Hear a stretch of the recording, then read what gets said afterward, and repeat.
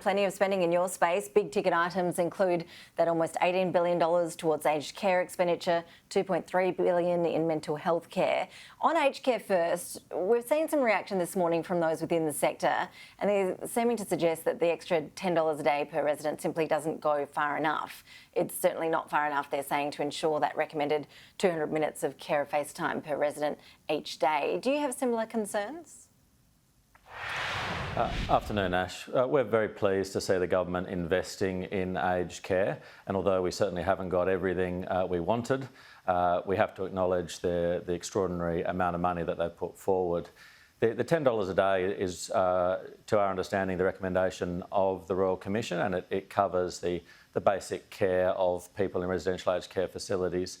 The specific funding for increased nursing contact, which unfortunately is delayed back to 2024, is certainly separate to that $10 a day, and it's absolutely critical to change this sector. That is the thing that will make the biggest difference in aged care, and although we're going to have to wait a little while before we get it, it's pleasing that the government have responded to that recommendation from the Royal Commission.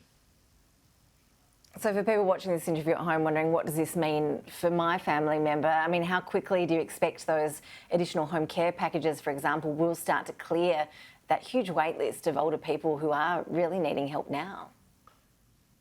Yeah, I think we have to acknowledge that some of this stuff will take time, partly because any expansion means you need to find workforce, you need to put in systems, and you need to be able to do more than just spend the money.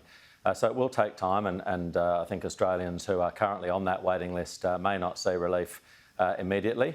But at the end of the day, an extra 80,000 home care packages is a very large number, and it will go an awfully long way to addressing the critical shortage of spending there's been in this area for the last few years.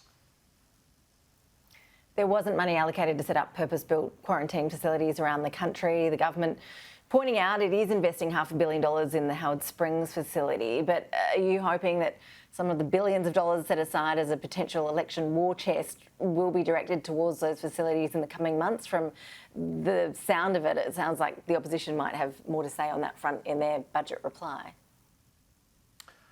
We're certainly hoping that in the lead up to the next federal election, there'll be the opportunity for the government to take some of the missed opportunities from this budget and to list those.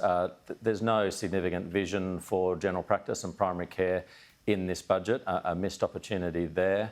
Certainly we would like to see some specific funding towards Commonwealth-run facilities in each state and territory for the purpose of quarantine, so that we're not still experiencing these disruptive outbreaks that are happening every few weeks within our quarantine system. But I think the biggest challenge going forward is how we get Australia ready for opening our borders. And that's remembering we have a public hospital system right now that is bursting at the seams. It is overrun with really sick Australians who can't get in the front door. They're ramped in ambulances outside hospitals. And this is in the setting of no flu. We have record low numbers of flu patients. There's no COVID. Now, once we open those borders, both those viruses will be coming into Australia. And even with a vaccinated population, we have to be ready. And that's certainly going to be the AMA's focus on advocacy with the government following this budget. Because, Khorshid, the government keeps telling us our hotel quarantine system is 99.9% effective, that it is a system that is broadly working despite the recent outbreaks you just alluded to. Are you suggesting that really is just spin when you consider how regularly these outbreaks are happening? It appears we're looking at another one right now stemming from hotel quarantine, this time likely from a South Australian hotel. That's right. So even what we think are relatively high-performing quarantine facilities are still failing, and we need to take a different approach. And I think the government has acknowledged that with its ban on travel from India. The only justification for that is an acknowledgement that hotel quarantine is not safe enough to bring a significant number of COVID-positive people back into this country. So having acknowledged that, having put in that ban, it is now the government's job to fix this system. And that means fixing hotel quarantine in conjunction with our state and territory governments right now, tomorrow, but also setting ourselves up for the future. And in our mind, quarantine is with us for the foreseeable future. We can't see a situation where there is no need for quarantine, even as we start to open the borders, even with a vaccinated community, we're still going to need some form of border controls, particularly with people arriving, we believe, from high-risk places or where there's new variants of these viruses, not to mention, of course, the next pandemic.